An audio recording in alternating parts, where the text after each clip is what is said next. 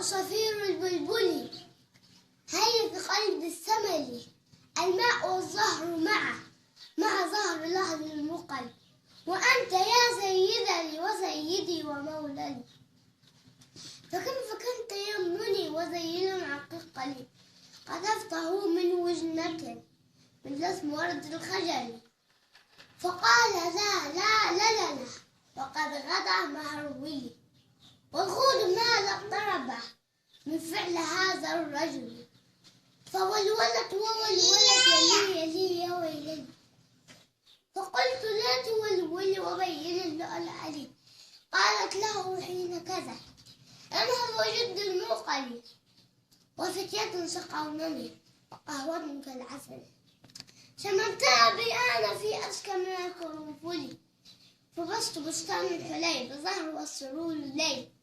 والعود دندن دنني طب طب طب طبل طب طب طب طب طبل، والسقف سقسق سقف، والرقص غطاب إلي، شوى وشاهشة على ورق صفر جلي،